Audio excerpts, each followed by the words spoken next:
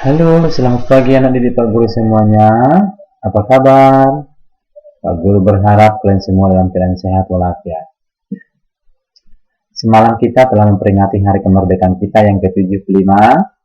Mungkin kamu menikmatinya semalam. Dan Pak Guru berharap makna kemerdekaan Republik Indonesia membawa hikmah bagi kita semua. Dan pagi ini kita akan melanjutkan pembelajaran kita, nak ya. Pagi ini kita akan mempelajari tentang tema 2, subtema 2, pembelajaran 1 dengan muatan mapel bahasa Indonesia. KD 33 dan 43. KD 33 menggali informasi penting dari buku sejarah dengan menggunakan serta memperhatikan penggunaan kalimat efektif. KD 43 keterampilannya yaitu memaparkan informasi penting dari buku sejarah dengan menggunakan serta memperhatikan penggunaan kalimat efektif. Oleh saya, Bapak J. Saragi. Ini dia. Baiklah anak, kita lanjut. Judul pembelajaran kita pada pagi hari ini yaitu mengenai kalimat efektif. Nah, tentu anak-anak didik Pak Guru masih mengerti apa itu kalimat efektif. Di kelas 4 dan kelas 5, kalimat efektif ini sudah disinggung. Dan di kelas 6 kita belajar kembali tentang kalimat efektif.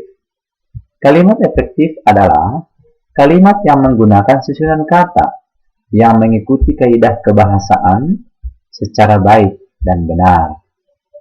Nah, arti daripada kaidah kebahasaan ini adalah menggunakan atau sesuai dengan EYD. Nah, apa itu EYD? Mari kita lihat syarat-syarat kalimat efektif. Yang pertama, dia adalah sesuai EYD.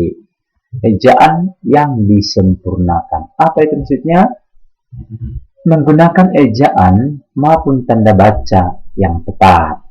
Ciri yang kedua adalah sistematis. Memiliki susunan subjek dan predikat, kemudian ditambahkan dengan objek pelengkap dan keterangan. Ciri-ciri yang ketiga adalah tidak boros atau bertele-tele. Apa itu maksudnya? Kalimatnya singkat, ringkas, dan jelas. Tidak menghamburkan kata-kata. Nah, ciri-ciri yang keempat, syarat-syarat yang keempat yaitu tidak ambigu. Menghindari pembaca dari multitafsir, artinya menghindari pembaca dari pengertian yang ganda. Ya, itu dia nak ya. Kita lanjut. Bagaimana ciri-ciri kalimat efektif itu? Ciri-cirinya yang pertama adalah ada kesepadanan struktur. Kemudian ada kehematan kata-kata.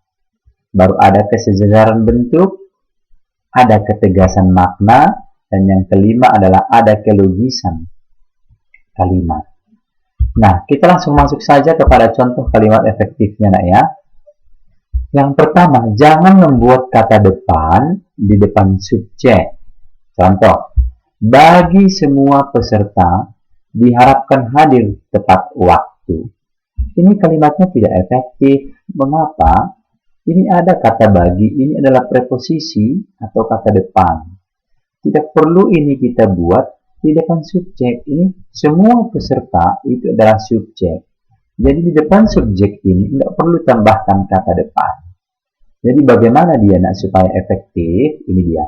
Semua peserta diharapkan hadir tepat waktu. Itu dia ya. Contoh yang kedua adalah penggunaan konjungsi yang. Nah, dia yang pergi meninggalkan saya. Ini kalimatnya tidak efektif. Ya. Ini dia penggunaan konjungsi yang. Konjungsi itu adalah kata penghubung maksudnya. Tidak perlu kita menambahkan kata yang di sini. Ini yang membuat kalimat ini menjadi tidak efektif. Jadi yang efektifnya bagaimana? Dia pergi meninggalkan saya. Inilah yang efektifnya ya. Kita lanjut yang ketiga yaitu tidak bersubjek ganda. Contoh, adik demam sehingga adik tidak dapat masuk sekolah. Ini kalimatnya tidak efektif. Kenapa? Kalau subjeknya di sini sudah adik, ya, subjeknya di sini sudah adik, maka ini adik yang di sini nggak perlu lagi dibuat. Cukup hanya sekali adiknya, maka dikatakan kan tidak bersubjek ganda. Ini kan, ini subjeknya adik, ini juga subjeknya adik. Ini dihilangkan saja. Contohnya ini, jadi inilah dia yang efektifnya. Adik demam sehingga tidak dapat masuk sekolah. Sementara di tidak efektifnya, ini ditambahkan lagi dengan adik. Contoh yang terakhir, hemat kata-kata atau penggunaan kata para. Contohnya ya, para siswa-siswi sedang mengerjakan soal ujian. Ini tidak efektif. Kenapa, nak? Kalau sudah ada siswa-siswi, ini paranya tidak perlu lagi. Karena siswa-siswi ini sudah dia adalah majemuk atau sudah lebih dari satu. Tidak perlu lagi ada para. Kalau kita ingin menggunakan para, cukup seperti ini. Para siswa. Nah, tidak ada ikut siswinya. Atau hilangkan paranya, siswa-siswi.